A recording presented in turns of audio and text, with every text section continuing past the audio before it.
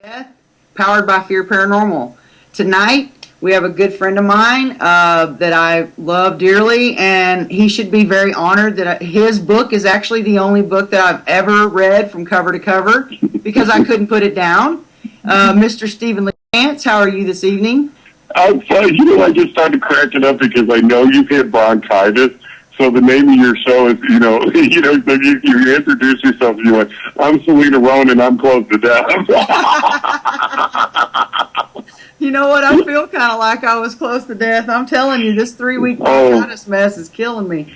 I've had it before. I know what you're feeling. That is not pretty at all. No, you can't breathe. You sit around and going, No, just feel miserable, huh? Yeah. So you cracked me up with it. I'm sorry. That's all right. That's all right.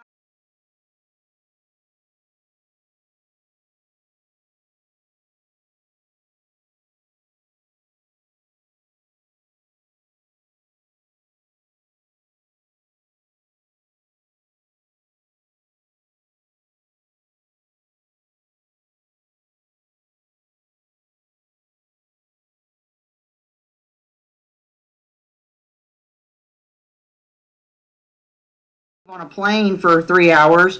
I got through about half of it, and even though I was interested, I haven't picked it back up yet. You know what's funny though, Selena? I've had a lot of people that aren't readers that have read it, and I've had a lot of people say, you know what, your book is the only book I've ever read in my life, or I don't read and I read your book, and that's such an honor when somebody says that. Thank you. Well, you're very welcome. I mean, it kept me captivated so much that even a squirrel couldn't distract me with my ADD. So that's pretty good stuff, if I must say so. I'm so honored. I'm getting excited about Blessed Are the Wicked, and if I could get myself to sit down and have 10 minutes to myself to just start it, I know I won't stop reading it. It's a sequel. Can you tell us a little bit about The Uninvited, and then we'll go into what? Well, The Uninvited, when you start The Uninvited goes through just a small section of history that leads up to May 18th of 2001 when we moved into a haunted house. And when I wrote it, the idea was, there's some personal reasons. I just, it was a way to get some things out. And so it's a personal narrative. When you read it, you'll actually feel like I'm sitting there talking to you, because that's the way I wrote it. I was like, well, how would I tell this story if I was telling it to someone and trying to explain it to them? So that's The Uninvited, and it talks about us moving to the house, the horrible things that happened to us, the kids being terrorized, the kids being chased, smoky figures going through rooms, full apparitions that you would see, and the terror that, the house screaming at us and locking the kids in a bedroom so we couldn't get to them, and, that sort of thing. And it goes through all of that stuff. And then how I lived after I left the haunting the first time. And then when somebody comes to me that is living in the house at that time and asks me to come help them figure it out and see if we could handle it. And that was disastrous results. And so the book goes through all of this and it explains it, and that's pretty much it. That's it in a nutshell, don't you think? Yeah, it does. It does. It's very much so. I wish I could go back and read the first one so that I can, read Blessed Are the Wicked, because I know it's kind of a sequel, if you will. Well, it is. It's a sequel in a way, but it's a standalone sequel in a way. So if you've never read The Uninvited, okay, and you want to pick up Blessed Are the Wicked, you could read that as a standalone book, because it does hold up that way. That was very important to me when, I decided to go ahead and tell the rest of it from. But for those of you that have read The Uninvited, and, I guarantee people that read Blessed Are the Wicked are going to go back to The Uninvited too. But for those of you that have read The Uninvited, the book of Blessed starts on the day after The Uninvited ended. I mean, the story picks up right there and it goes on. But it's a little different in the fact because, as readers out there, you guys were very specific, a lot of people do not read the advice and suggestions that the readers have. And one of the things that was everything about the book was that you told us everything in the way that you needed to for the book, but we have so many questions now, you know. And so through the years of talking to people and stuff, you know, those questions that they had, I felt like I needed to answer them, for one. And then for the second part of it was, you know, people think you leave a haunted house and that haunting's over and it's done. Well, you know, I can remember after the first huge event in 2005, you know, we thought it was over. You know, we thought it was done. And Lorraine Warren said to us something that I thought was really puzzling. And as a matter of fact, she kind of aggravated me when she said it, because I didn't understand. You know, what she said was, the haunting's not over. And she goes, it's a long way from over. And I'm like, well, that's real optimistic, Lorraine. Thank you. You know, that's sort of thing. But as time went on after that, you know what? Lorraine was right. She was right. She was absolutely right. And so a public apology, because I don't think she ever knew I really felt that way, but, you know, a public apology because she was right, because the things that happened afterwards were devastating. And I look at it as a haunting as this, you know, especially this one is, you know, when you live through an earthquake and, you know, you got that first earthquake comes and it does major damage, right? Well, you know what happens afterwards is you have a series of aftershocks. And sometimes those aftershocks are even more dangerous than the earthquake. And that is what a haunting is like. That is what it's like to live through a haunting. And so Lorraine was really right in what she had to say. So I thought, well, you know, let's go ahead and I'm going to tell the rest of it.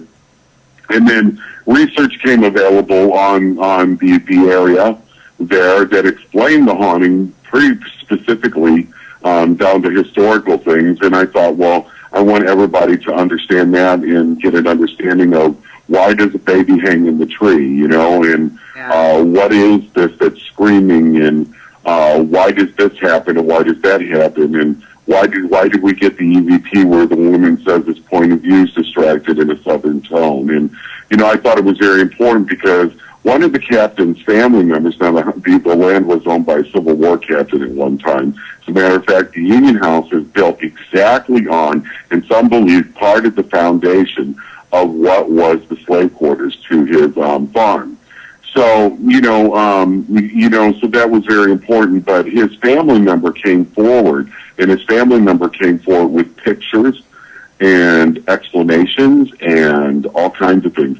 And his family member, you know, he said, you know, that we could talk about it, you know, and everything. He doesn't wish us to use his name because he's got family that's going to be a little resentful that he told.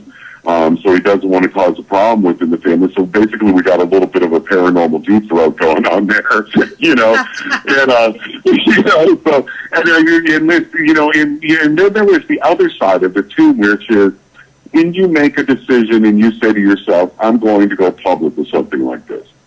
And, you know, the things that you deal with based upon that decision and how it affects your life or, there's some really life-changing things that take place and how people react to you and such. And I thought that was important to discuss as well. Plus some of the other cases, because I continue with Missouri Paranormal Research, Paranormal Task Force, which if anybody doesn't know, that's the group that I started that you probably, for those of you that are sci-fi fans, have seen in Children in the Grave, The Possessed, The Haunted Boy, that sort of thing. Which a lot of that research, as a matter of fact, most of that research that you see is lying. I was the first person in Zombie Road. I was the first person at the Union House, Morse Mill. I was one of the first people to investigate the Pythian. And The Exorcist, I was one of the first investigators to do the Exorcist case. So, you know, the book gets into some of that stuff. So I thought it was interesting to talk about those cases and some of the different type cases, including one of the exorcisms that I took part in. So the book is interesting. Huh? I'm saying it is because I was like just the first book the first book I read. I know there's Crazy too, but the Uninvited. The thing about the clown, you know, I'm not scared of clowns. I think creepy clowns are cool as hell. Some people were frightened to death of them, and after reading that, I'm like, ooh. Yeah, that might not all clowns. The clown bothered me.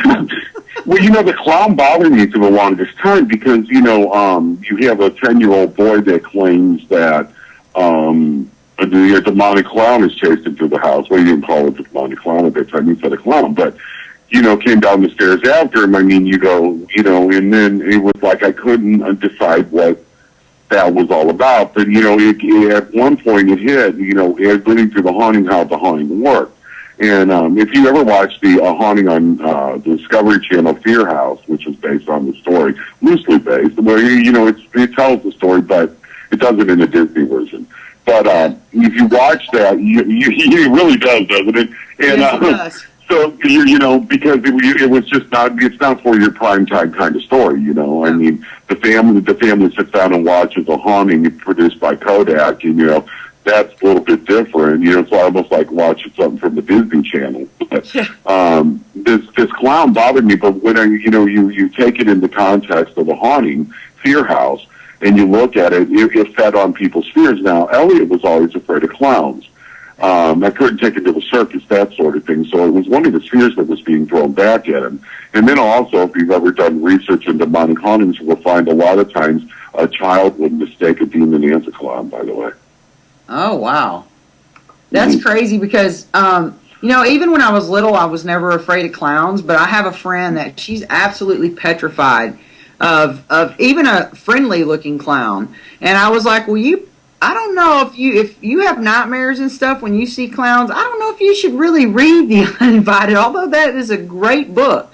And she's like, yeah, I have really bad fears about clowns and things like that. And it freaked me out because I don't have the fear of that. But for the description in the book that you gave of the clown that was in that house, I think I would probably be pretty scared of him. He didn't seem like he wanted to blow me up an animal-shaped balloon or nothing like that. No. It wasn't that at all. And the problem with it is I think the problem that, when we talk about the clown is that instantly you all get the vision of Pennywise from It, and I don't think that is exactly what he was seeing. I think, what he was seeing was something much, much darker, much more frightening, much more gothic in look, and from the descriptions of it, and very well. If you've seen Insidious, that movie Insidious, there's a point in that movie where there's something behind the guy and it's got the red, the scary clown looking face behind him. When I saw that movie, I thought to myself, man, that must have been closer to what it looked like. That was, it wasn't Bozo the Clown on acid. It was something closer to that,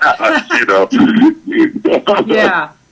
That clown was not anything to play with. I'm really excited. Well, Elliot, here, just a second, Selena. Elliot's sitting in front of me. Am I right, Elliot? Yes, I'm right, you said so. I never asked him. It's something we don't see. A lot of people think that we sit around and we talk about this all the time, and we don't. I mean, we pretty much put it behind. Yeah, we put it behind in a lot of ways, and we live a very, very kind of boring, normal life. Even though our house does look like the Amityville. Yeah. Well, it's probably but, a good thing. When we bought the new house, everybody was like, it looks like the Amityville. Huh? Yeah, it did. It played how, it's, but that's the nature of that type of haunting. What it is it's like a virus. And what it does is it infects, and then it kind of tentacles out, and it goes to, not only your family, but your friends, for anybody that comes in contact with it. And, at one point, the group was born in the middle of fire. You know what I'm saying? If you look at the task force, anybody that teaches with the task force, who they are and where they are, you can kind of understand the work and everything that we did through those years, because we were born, it was baptismal fire, because, here our first case was the president of their group's house. You know what I'm saying? And we were all taking stuff home with us. I mean, I had investigators that would wake up in the middle of the night. As a matter of fact, one of the investigators was thrown against the wall by a felt black mass in their bedroom. Divorces were happening. Financial situations were falling apart. There were some mental health problems that happened. People just became not nice people. Everybody was turning on each other in a very short period of time. And it was very, very ugly. Oh, wow. Yeah, and that's something that happens also with a friend of mine, Josh Hurd, when he did the Workman's Chapel there, and I believe it's Iowa. He had the same exact thing happen to them. They had the most profound paranormal experience where someone got almost choked, I believe, and scratched. And they all took something home to where they were having issues with their marriage.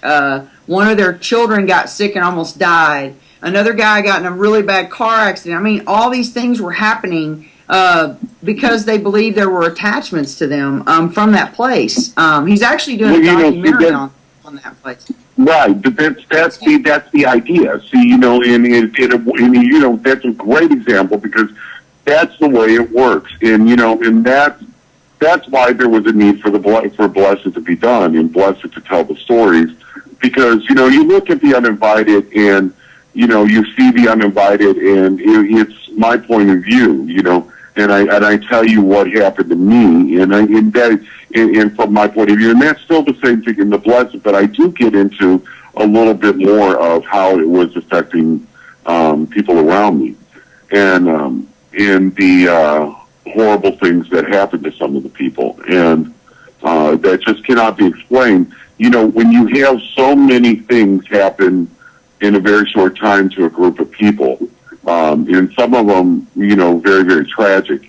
One thing you go, okay, two things go, okay, well, that's coincidence. Three things you go, maybe there's something wrong. Four things you go, uh-oh, and five things you go, I'm out. You know what I'm saying? Yeah. I mean, really. And, because Helen, in the Uninvited, she was the lady I went to help. And my dog is going to get her butt fed. She chased a cat around, Selena. But Helen gathered all of the people in the neighborhood up around her, the kids that were the kind of the misfit kids of the neighborhood, and they were teenagers. And then if you read The Uninvited, remember there was a point where Helen was going to kill her husband, and what she did was she was looking for a gun, and these teenagers were under the influence of this thing too, and they were helping her try to find a gun. Those kids, as a matter of fact, one of them gave her a serrated edge and said, use this because it'll cut better. So, those kids that went through that, out of the majority of them, almost every single one of them is not right today or is not living today. Oh, man. That's... So, a lot of people look and say, well, why aren't you a part of a paranormal group anymore? And I get very specific and I tell exactly why. And I think some people are going to be surprised when they hear exactly why that is and what I went through that. Because I felt like at that point, because of what happened, I don't want to give it away. Because it is a story for people to read, I guess, so I got to be careful. But, so the things that happened, I felt like it was because of my involvement that they were happening. And I felt like I might have been putting people at risk, which is not true at all, but that was the way it was working on me at the time. So, that's kind of, it gets into more of an explanation of it, but that's kind of why I left, group research. And I went out on my own to help people on my own. Always before I would tell people, it was because I couldn't help people with 26 people, which was true. There was times when I would have to tell the team, pack up, you're not doing EVP in here. That's true, but there were some other deeper, darker reasons for it, too, and I was never comfortable enough to talk about it. So I wrote the book, The Uninvited, and a woman from Shreveport, Louisiana, named Miss Pittman, who, by the way, is Dakota Lawrence's grandmother. She was in her 80s, and she sat me down one night, and she said, listen, she goes, you have another book to write here. The woman was extremely psychic, by the way, probably one of the most psychic women I've ever met in my life, and probably one of the most interesting and compassionate people I've ever met in my life, by the way. So I said, no, I don't want to go there again. Stuff's too painful. And she said, no. She goes, that's why you have to do it. So she talked me into writing Blessed, and when I started it, there would be times when I would stop and I would say, man, I can't do this, It's just too tough. As soon as I would do that, Selena, the phone would ring, and there was Maria on the other line, and she'd go, "How's that book coming, Steven?" And I go, and I'd say to her, "I love you know, Maria, I'm not writing it right now because it's just so hard." I mean, and she goes, "You know what?" She goes, "Life's tough, honey. Nobody told you it was ever going to be a bed of roses." Oh, You know, wow. she goes, she gets writing that book. So, the interesting thing is I put the last word of the book down 2 weeks before her death. That, you know what, The book is dedicated to her. That has really moved Dakota losing his grandmother. And he told me that she had abilities and things like that. I had no idea it was to that extent.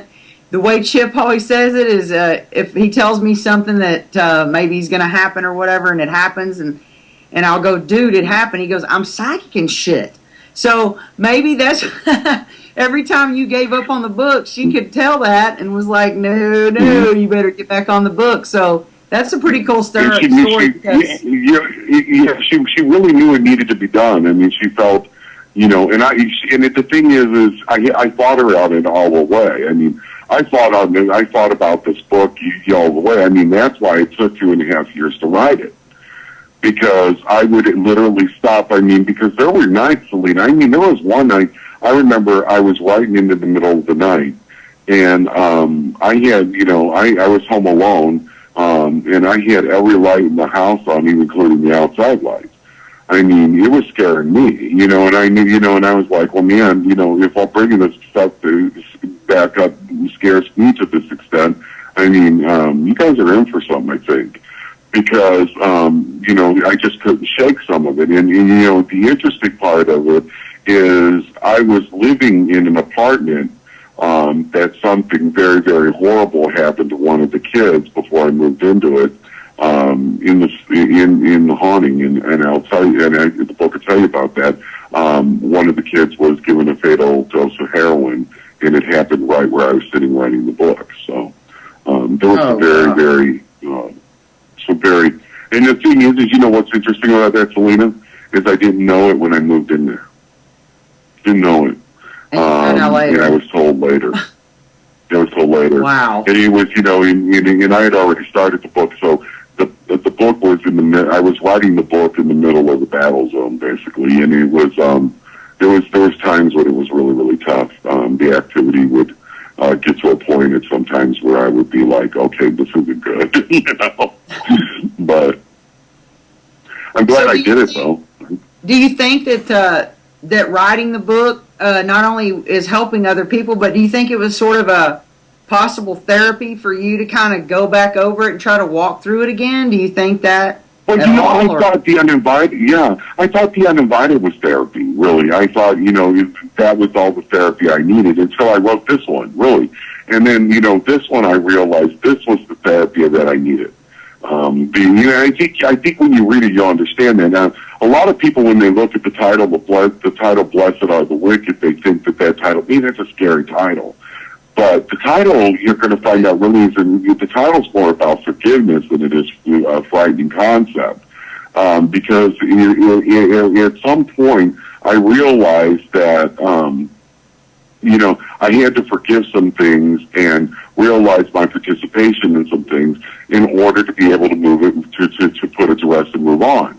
And so when you got the idea of "Blessed Are the Wicked" is I basically, I said I forgive, and I bless all those people that hurt me and hated me and did these things to me, and most importantly to the demon that tried to ruin my life, because even the wicked need to be blessed. Blessed are the wicked. That's what it's about. And that's the conclusion that I came to. And that conclusion was enlightening. And I mean, you can't understand how enlightening that is when you come to that conclusion and you realize, because when you put that kind of blessing on those things that tried to destroy you, what are you doing? You're taking the power away from them. And that's what I did, is I took the power away from them. And I was able to move on. So, yeah, I mean, the answer is yes, and you can understand why now, because it took me to places, and you take that journey with me, it took me to places that I needed to go and things that I needed to settle, and I settled them as I was writing it. And that's why this book is so important to me as a person, more so than anything else, because it was part of my healing. Yeah, that. And I think Marie knew that, Selena, by the way. I would. Excuse me?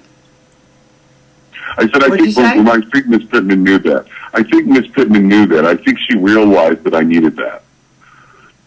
I'm sure she did. I mean, if she was anything like a Dakota, because he calls me his paranormal wifey, and it's so funny because he'll either be my paranormal dad or he'll be my paranormal hubby. It just depends on the situation, but he always tries to guide me because he can see kind of things that are going to happen and where this stuff is kind of going. And at times I'm like, well, if he's your paranormal dad, that makes me your paranormal grandpa. You realize that now, don't you? Oh no, we can't have that. And it's so weird. No, we can't actually. No, we can't. So, but I'm sorry, I had to do that. But yeah, as talented as he is, she was hands down over fist 100% more, if you can imagine. Wow.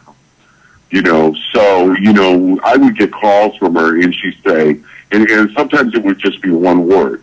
Why is this word? When my son Eli, everybody knows my son Eli has a social conscience, and he does some things. He was protesting a chemical plant, and I don't believe the chemical plant he had the name Penny in it. Okay, so he's at this protest, and I'm worried about it because anytime protests, Ferguson's a different story, but when you looked at he was out there, and I'm like, well, I don't want him to get arrested or whatever. So while he's there, I get this phone call, and it's Miss Pittman, and she's like, why does Penny and your name keep coming in mind today? And I went, holy smokes! I'm like, and then she goes, well, he'll be all right. Don't worry. It was really interesting. So she's incredible. It could get scary. That could get a little scary though if somebody knew everything that was going on. And was that in tune, but that's so cool, and I'm glad you guys had that connection because obviously she was a pretty amazing person. It affected Dakota quite big. Excuse me? So I'm going to miss her for the rest of my life. She's one of those people that had a tremendous effect upon me. And it's been a rough year, Selena. I mean, I lost a lot of people this year, including Miss Pittman, last year, including Miss Pittman. And then, for those of you that read The Uninvited, Helen died on December 6th. So those, so those people were very important people in my life. So it's been a little bit of a rough time. So things are. I think the grief part I think is coming to. I think you grieve always, but it's not to the extent it was because it's been a tough road. So yeah, I totally understand that mourning era, and that you have to get on with things because they wouldn't like it if you just sat around and was sad. That's what they kept telling me when I lost my mom, and I'm like, yeah, well, it's a lot easier said than actually done when you lose somebody that's extremely close to you, and especially with two of them not so far apart. And they were two very important ladies in your life. So I can only imagine how that has been for the last, year. At the moment, and, this I'm is really interesting sorry. too. At the moment, Miss Pittman was dying in the hospital, dying. I mean, she was on her deathbed. She was dying. Within the same half an hour of her death, my youngest granddaughter was born. Oh, wow. That's kind of cool. Yeah. Sort of. Yeah. Not cool I that just she freaked out, passed. didn't I? It's kind of weird, though, because that is kind of weird.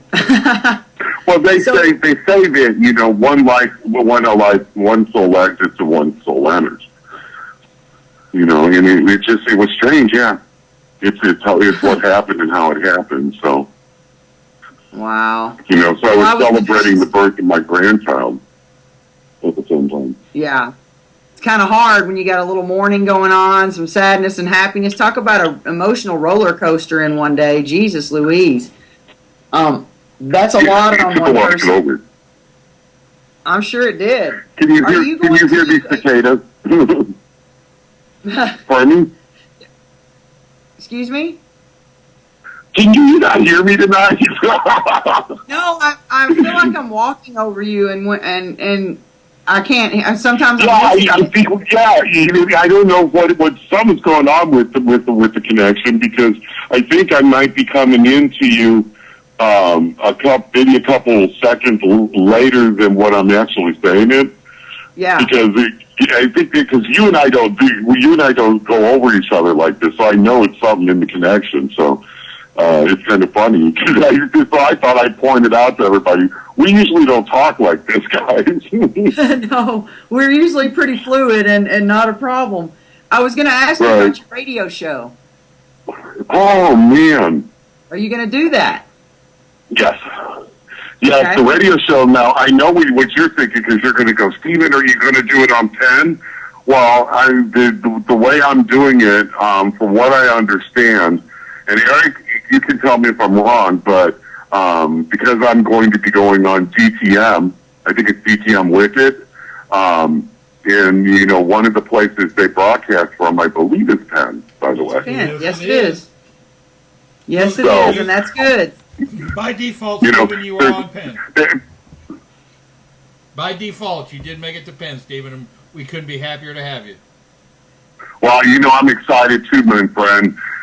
It's been a long time coming, but I decided, after, I get the book launch going, I wanted to go back because I missed it, but I wanted to do something. And why I went DTM is because I knew that, there's some regular feeds that go out of there to regular radio. There's also some satellite feeds, and there's also Penn was, important to me when that name came up, obviously, because, I love you guys so much. And so I'm pretty excited about it. You'll see it in November. It looks like it's going to be Tuesday nights. And the show is called Steven LaChance's The Fear. The Fear, anybody that has followed me through the years knows that the first radio show I did for the paranormal was called Haunted Survivor, and then after Haunted Survivor, it was Fear Frequency, which everybody just called it Fear, and so the show, after a period of time, just became known as The Fear, so I'm keeping the same name. And we're going to it's not going to be totally paranormal, though. It's going to be more of a talk soup type thing with an edge, We'll do paranormal. I'll also be doing serial killers and all kinds of things, so get ready. It's going to be a lot of fun. Well, I like the name already. I can tell you that. Yeah. Well, what did you say? I'm sorry. I said I love the name. I know that for a fact. Seeing as it's right, I know you love the name. I know. I thought that when you tell everybody. Because I said when I decided on the name, I wrote it. It's like, that's what the name of my radio show. I'm going to keep The Fear, and you were like, I said, I think you'll like that name, don't you?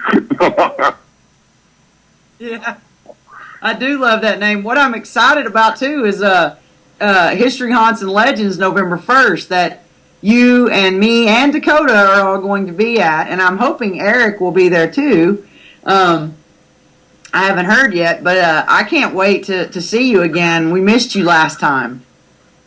Well, you know what? The thing is that's a good point. I mean, I'm coming all the way down to Texas, so it seems like Mr. Eric would be there. Yeah, I would think. I can't wait either. Hey, Selena, we're going to go get barbecue again? We got to get barbecue when we're down there. I believe we should. I think that we're gonna have some good times, because Dakota and I have already discussed doing a couple things while we're in Jefferson together. So we're pretty excited about it, and I can't wait for next weekend. I wish you were going to New Orleans with us, because that's going to be a lot of fun too. What do you have coming up on your tour? Because I know you have your tour is going to start, and when is that? Your book. Well, the official book release is September 8th. Is when it'll trickle into bookshelves before then. They always do, but the official, when everything is down except for the UK. The UK and other world releases are on October 5th. But in the United States, the release is September 8th. So on September 11th, we're going to be doing winery. It's an art gallery that it's a wine bar and art gallery. And what that is anybody that wants to come can come. I mean, there's no cover to it whatsoever. We got a cast bar, because that was the way we could do it and make sure everybody. It was important to me that I wanted to release the book in St. Louis, in Missouri, where a lot of this happened, and I wanted to be able to say, okay, all of you who supported my work. And that I wrote this book for, because I wrote Blessed for the people to write the Uninvited. Really, I mean, if you think about it, I wanted it to be accessible, the celebration of the release of the book, accessible to them if they wanted to come. So it's going to be at the Vino Art Gallery on September 11th. That's the first thing. It's the big party that night, and we're going to celebrate. That's what it is, a celebration. And then after that, Friday, right now, we're going to take a break, I think, but you never know within that. She can probably put me back to work anyway. But yeah. Saturday, we're doing, Saturday, the 13th, we're doing a place called Urban Eats. And Urban Eats is, it's a health food kind of place with, art gallery as well. We'll be there in the afternoon. We're doing Barnes & Noble Saturday night in Chesterfield, Missouri, which is right outside of St. Louis. We'll do the book signing there. On Sunday, we're doing the Cosaloma Ballroom, which is in St. Louis, and it's on historic Cherokee Street, just right down the street from the Lund Mansion, for those of you that know about the Lund. We're going to be there in the Cosaloma Ballroom. It's an old-time ballroom that Frank Sinatra, Martin and Lewis, those type of people performed in. So I'm going to speak there at the Cosaloma Ballroom, and after I get done speaking, they're going to hold a seance in the ballroom. So that's going to be really cool. And then on the, here we go. That's the 14th. And then on there's another one called, this bar called The Haunt. We're going to do a signing there. And I forgot the date on that. I think that's the 27th, maybe. I got to ask her. And then we're going to do the Haunted Harney Mansion, Harneywey, not Horney. But I always think, because I always say Harney, and everybody goes, well, I have a Harney Mansion. What are you talking about? It's that good old Missouri accent that does it. But, it's like, and it's like, when they do that, they look at me, and I'm like, yeah, it's the Missouri Playboy Mansion, of course. But, so, anybody that's ever seen my first book is The Uninvited, you see me leaning against the door in The Uninvited, in the picture of me in the book, that's the Harney Mansion. It's an old Civil War mansion that's haunted as hell. And we're going to be doing the Civil War days out there, because the book does have a Civil War flavor to it, which you'll find out as you read it. But, so we're going to do that, and then there's some other things. God, there's so much on the calendar, I can't even tell you. I know we're coming down to Jefferson. We're doing the Sloss Furnace. We booked something today that's huge that I can't tell you about, that I want to tell you about so much, but I have to wait till they announce it. But for those of you that like fun in the sun, let me just give you a hint. Get ready. This one's sick. Wow, that's cool. I'm going to be real busy. Yeah, it looks like my calendar's pretty much full too.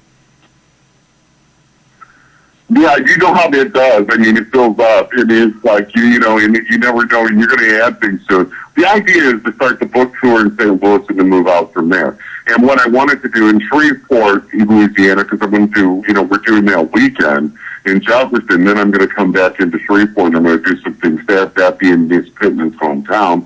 And the book being dedicated to her, it was really important for me to do something there to honor her. So I'm going to be doing some things to honor her in Shreveport. And then we're going to head to Chicago. We're going to be doing some things in Chicago, New York, and we're going to go all the way to the West Coast. So it's going to be busy. It is Well, going to be you know, awesome. I you can't know, wait for us to be at Slaw's Furnace. it's a worldwide release. It's a worldwide release, Selena. I mean, so when you have a book that's like that, you know, is it's going to be in foreign language and everything else eventually. I mean, so those book tours are generally, it's not like Crazy. Crazy was a more specific book. I wrote Crazy more for the paranormal than anything.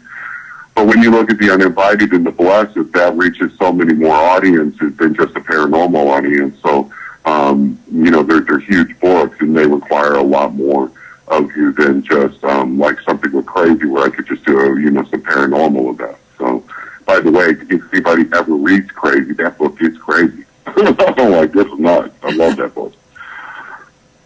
I was kind of nervous you might have followed me around or something and wrote a book about me. I don't know. It was like so fitting, that the title, Crazy. I was like, oh, I think I might resemble that remark a little bit. So I do have to No, the book, if the book would have been about you, the book would have been called Sweetheart. Oh, you're so sweet. I got you snowed, huh, Eric?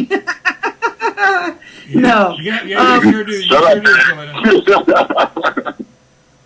No comment. So what else do you have going on besides your crazy book tour? Are you going to do any more cool documentaries? Are you working on anything like that you can tell us about? About 5. You kind of take About 5. Well, Monstrosity is still there. The werewolf film, we're still working on funding for that. It looks like the funding might be coming together here pretty quick on it. So we'll be doing that, and that story starts in Oklahoma, and it's actually on the Indian reservations, where we're going to discuss shapeshifters and something that's terrorizing the Arapaho reservation down in Oklahoma. So we're going to do that, and then we're going out to L.A., and there's an area in L.A. in gangland where in the 90s all of the gang violence was happening. That's very, very haunted. And we're going to do a documentary about it. And the interesting thing, it's going to be paranormal. We're going to show you the paranormal things that happen there. But the idea behind it is to show you how negative situations like the gang thing with the killings and everything and the police and everything, how that events, in those events and those deaths, and the vast number of deaths that occurred during it, left a mark. And that mark is taking this community down some very negative roads, and it's going to be really interesting. And the film cameras are going to follow the investigation. As a matter of fact, we have to go in with gang members to this area or we would be killed. So the film cameras are going to follow us going in, and the idea is to show how we're changed from the beginning to the end with what we see and what we experience and the stories we learn. One of the stories is about a drug dealer named Horse. Horse was tied up to the back of a cop car, and he was drugged down the street, and he killed. At the moment his girlfriend found out that he was killed, she went to the closet of her bedroom and took a fatal dose of heroin. So we're going to tell the story, and we're going to go to the location because both are very, very haunted still today. So it's going to be a heavy film in some ways, but enlightening in a way too, because if you can understand what causes these kinds of tears and causes these places to have this negative thing that won't go away from them, I think that's valuable. And also there's a pretty good social message there. So that one we're doing. There's another one I'm doing that, let's just say it's a little bit angelic. So there's about 5 of them we got going. And so those are going to be really exciting. And then for those of you that are, and I'll announce this now, I guess, because we got Blessed coming out on Good Friday of 2015. This coming Good Friday this year. I'm doing something that I wanted to do, which is the first story in the book Crazy is 100. It's 163 pages, and I'm redoing that story. And adding more to it because there's some more information I want to put in it. And I'm going to do a special Crazy release, and that'll be on Good Friday. And then the following fall, and it should be done by then, is going to be the first fiction book that comes from me, and it's going to be called House of Grace, and that deals with it's an Armageddon book basically. So we've got a lot going on, man. Yeah. Do you have time to take a nap anytime, or is that just out of the question about right now? Well, people will come, Steve, you haven't been on, we haven't seen you. And it's like, well, I think you guys are kind of getting the hint now. Why? Because, it's like I love going out and I love seeing people. I love talking. I love meeting everybody. But the reason we're all there is because of the work I produced and learning from it and being able to sit down and discuss it and meet new people and become friends and stuff. But you have to do the work first to get there, don't you? So there's sometimes when you have to retreat for a period of time, and that's what I've been doing lately until the book launch happens, to do some of this work to get it lined up so we can keep it going and keep new things and exciting things coming out for the people that care. Because if it wasn't for you guys, I wouldn't do this anyway, because it's your interest in it and your support of me that keeps me going. So. Well, you definitely got my support. They're asking in the chat room if you are coming to Minnesota at any time. I definitely am coming to Minnesota. And I haven't set it up yet. But the reason I'm coming to Minnesota is Blessed Are the Wicked is published by Llewellyn. Llewellyn is the publisher of that book. And anybody that knows anything knows that they're in Minnesota. So I want to go. And what we're going to do, we're going to be setting up with Baby Glacier from Llewellyn. We're going to go in, and we're going to do a public thing while I'm there. But also, I'm going to go to Llewellyn. And I'm going to do something private in the publishing house for the people that have put all of the really, really hard work into both those books. So definitely Minnesota, absolutely. Awesome. How about Dallas? Are you going to come to Dallas at any point in time? Because you know that we're going to have to take you to dinner if you do. Really, I think you're psychic, in some ways. And I'm not going to tell you why Dallas, but yeah, Dallas is on the map. Awesome. I can't wait. We'll definitely take you. If you love seafood, we'll definitely take you to dinner. If you don't, they got other things. Well, I'm not coming to Dallas without seeing you. Come on. I would hope not. For everyone that, excuse me, there's another question. Will there be a book signing on the 11th, and they missed where? The book signing here, what we're doing, that's the party. That's the celebration at the wine gallery, at the wine art gallery, where everybody can come, and you can, like I said, with the cash bar, but there's no requirement of anybody to spend a dime there, actually, but coming to, hang out and enjoy some art, and we're going to be talking and, just having a good time. We'll do some book signings. If you want to bring your books that you have, bring them with you. We'll sign them then. Also, if you don't have Blessed, if you want Blessed, I'll make sure I have copies for you if you already pre-ordered it, because I don't know if you know it, but Blessed Are the Wicked has broke pre-sale records for a paranormal book. So for those of you that have pre-ordered and you already got your copies, bring those with you and I'll sign them too. Because that night is about celebrating the book and how I'm able to do what I'm able to do and all the people that help me able to do it. If you could make it to one event that's coming up real soon, that's the event you want to be at, because that's the one that I really, really, really wanted to do for y'all. Awesome. And where can they find your books and things like that so that they can get a copy and get these books read? Where exactly do they go to do that? Right now, Uninvited and Crazy, you can get through the website. Also, you can get any of my books. You can get Amazon, Kindle, Nook, Barnes & Noble, Books A Million, any bookstore out there. If they don't have it, it can be ordered in. But I found that the majority of bookstores have them on the shelves. Okay. I look. What about your appearances? Do they go on your Facebook page, or where can they find? There's a Facebook page called Blessed Are the Wicked. Come over to the page, like it. We'll keep the things updated there. And then eventually, and I haven't got the chance to update the website, but eventually a calendar will go there. The website is Steven A, like Apple, LaChance.com. It's my full name, StevenLaChance.com. Come over there, and we'll here in the next week or so, you'll see a calendar go up there as well. So, we're trying to get the information out to everybody as best we can. So, it's going to be a very, very busy time. and I want to see as much of everybody as I can because I haven't got to see you all in a while. And if you notice, Selena, I'm not doing a lot of convention-y type things. And the reason I'm not doing that is because the conventions kind of limit your exposure and the time that you can spend with the people that come and see you. You know that. You know how it is. It's kind of like a lot of the conventions that kind of got that. I don't mean this in a derogatory term, but a kind of a flea market thing where, the crowds are pushing people down and you can just spend a minute with someone. I'm doing more things where I can actually spend some quality time with people when they come, because I think that's very important, because I appreciate, that's the thing, right? And I think some people, you go out to these things and they're there and, it's almost like an ego thing. See me, see me, see me. I'm different about that because I want to go out there and I want to be able to spend some time and really get to spend time with the people that are, supportive of what I do, because if it wasn't for them, I wouldn't be doing it. So, I have to make it about them.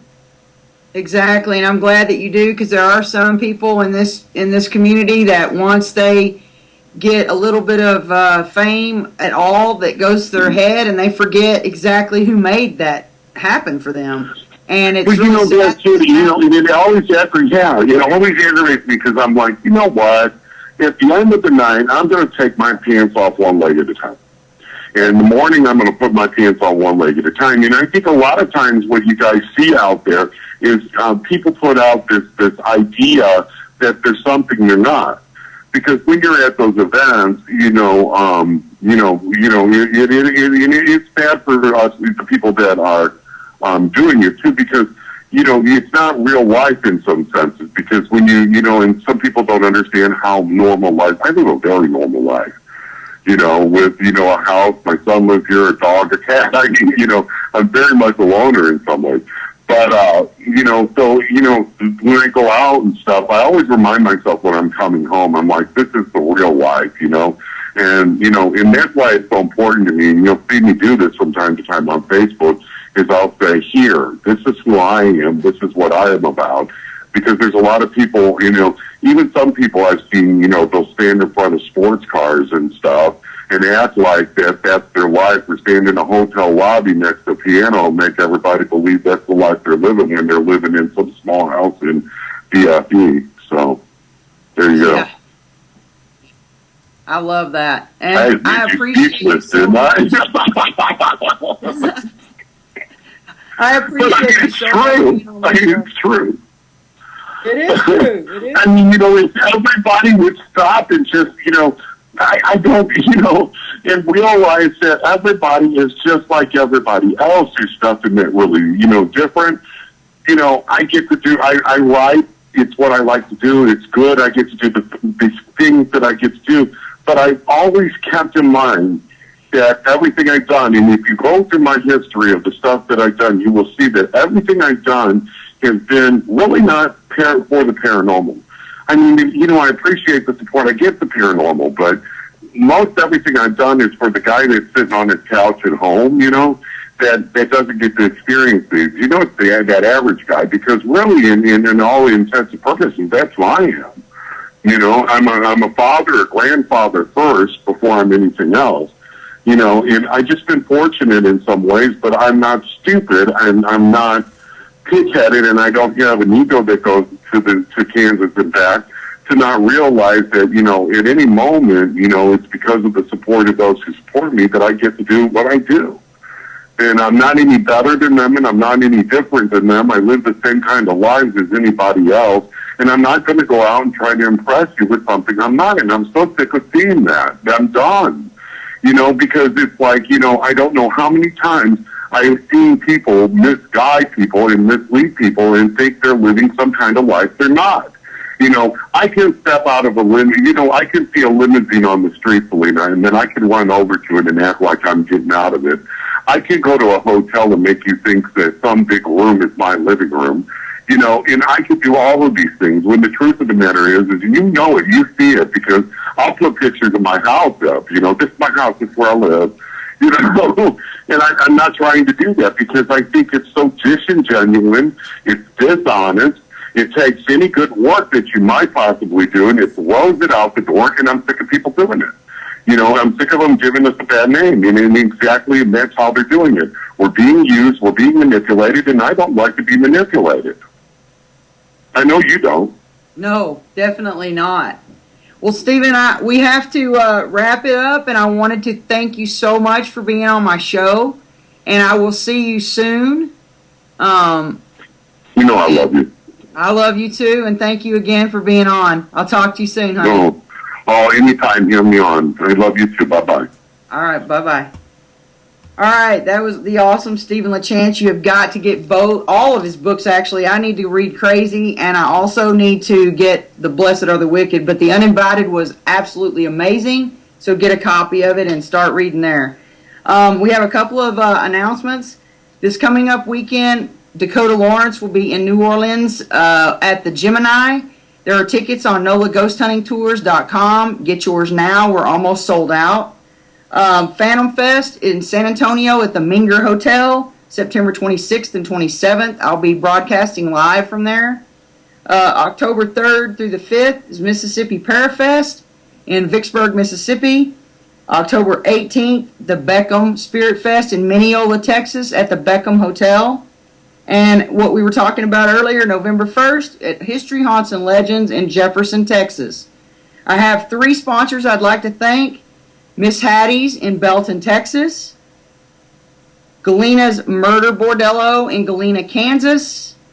And NOLA Ghost Hunting Tours in New Orleans. And next week, I will have a show for you that you will not want to miss. It's Rob Demarest, so don't miss it. I will be in New Orleans, so this is a taped show, but don't miss Rob Demarest, and I will have a good week. Peace out.